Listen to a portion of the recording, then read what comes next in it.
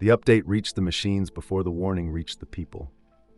In the early hours of July 19, 2024, nothing looked wrong yet. Office buildings were dark, airports were quiet between departure waves. Hospital night shifts moved through routines refined by years of repetition. Servers hummed in climate-controlled rooms, exchanging data at a scale no human could track in real time. Then screens began to turn blue. At first, it appeared local. A workstation rebooted and failed again. A terminal froze mid-process. A help desk ticket logged itself automatically. In isolation, none of this was unusual. Computers fail every day. Systems recover. IT departments exist for exactly this reason. What made this night different was simultaneity. Within minutes, the same failure appeared in different cities, different countries, different industries. Machines restarted and crashed again before users could intervene. Login screens never appeared. Monitoring dashboards went dark. In places that depended on constant uptime, silence replaced information. The common element was not geography or sector. It was software. The affected machines were running Windows and using Falcon, an endpoint security platform developed by CrowdStrike. Falcon operates at the kernel level, the deepest layer of the operating system, because its job is to detect threats before they can act. To do that, it must load before almost everything else. Shortly after midnight, CrowdStrike had pushed a routine content update. The update was meant to improve detection logic. It was not a new version of the software, not a feature release, not a patch announced with urgency. It was the kind of update that happened constantly, quietly, and automatically. This one contained an error. The flaw caused affected Windows systems to crash immediately on startup, triggering a blue screen of death loop that prevented normal access. Because Falcon loaded early in the boot process, the operating system never reached a state where users could easily diagnose or reverse the problem. The machines were alive, they were just unusable. In Atlanta, dispatch systems at Delta Airlines stopped responding. Crew scheduling tools failed. Gate management systems froze. Even when aircraft were fueled, staffed, and physically ready, they could not be cleared to depart. The airline canceled thousands of flights over the next several days, not because planes were broken, but because the digital permission structure that coordinated them had vanished. At airports around the world, departure boards filled with red text. Passengers queued for information that staff could not reliably access. Check-in desks reverted to handwritten notes and printed lists. Each workaround slowed operations further, compounding delays. In hospitals, the failure carried a different weight. Electronic health records became inaccessible. Imaging systems stalled. Appointment scheduling collapsed. Emergency rooms did not close, but they shifted instantly into contingency mode. Paper charts, verbal handoffs, memory. These methods work in small doses. At scale, they introduce friction, uncertainty, and risk. In one regional hospital, nurses taped printed patient summaries to doors.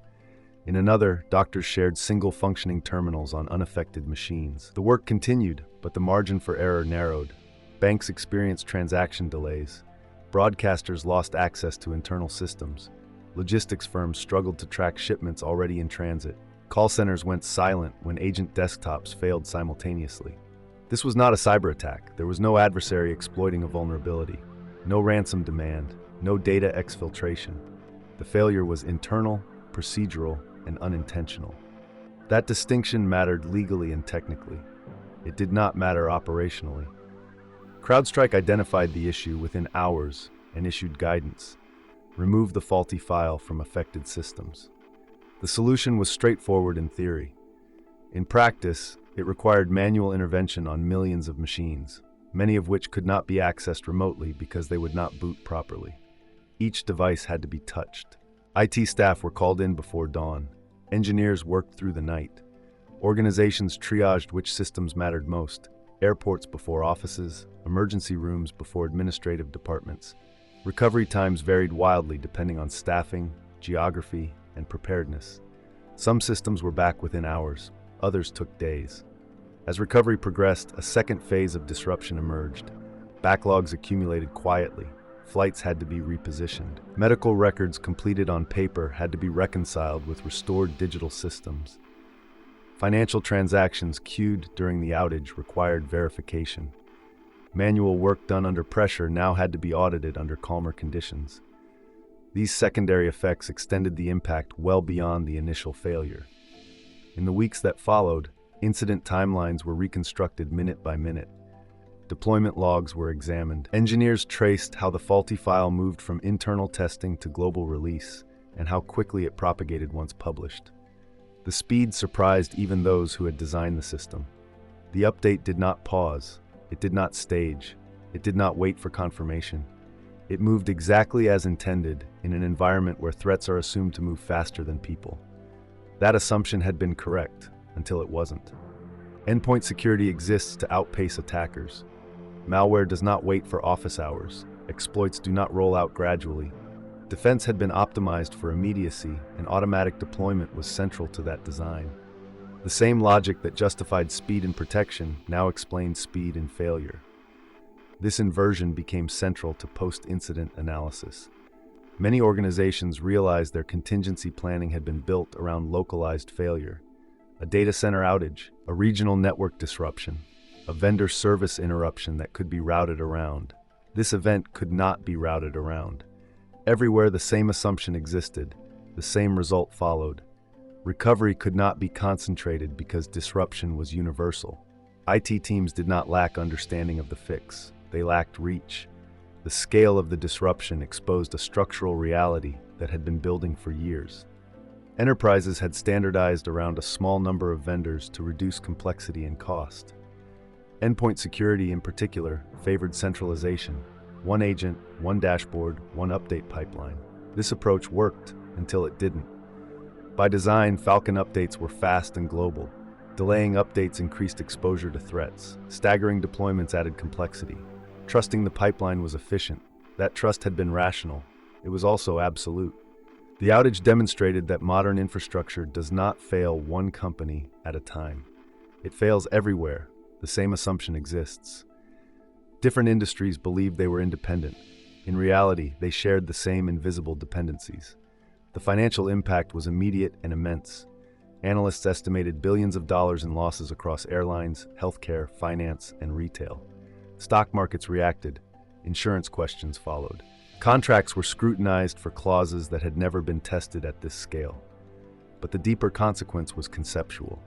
For years, digital resilience had been discussed in terms of redundancy and cyber defense. This event showed a different failure mode, synchronized correctness. When the same trusted mechanism is wrong everywhere at once, redundancy does not help. Diversity does. After the systems came back online, investigations continued. CrowdStrike published postmortems. Microsoft cooperated with analysis. Enterprises reviewed update policies. Regulators asked whether safeguards were sufficient for software that operated at such a critical level. No single fix emerged. Slowing updates reduced risk but increased exposure. Manual approval added safety but delayed protection. Fragmenting vendors improved resilience but raised cost and complexity. Every option involved trade-offs. By late summer, systems had stabilized. The outage receded into memory, then into documentation. It became a case study cited in internal reviews and industry conferences. The systems that failed were not dismantled. They were patched, adjusted, and returned to service. What changed was certainty. The assumption that critical systems fail gradually, with warning, did not survive July 19th. The assumption that automation always reduces human risk weakened. The belief that speed and safety naturally align was challenged by evidence. For several hours, global infrastructure did not collapse. It simply paused.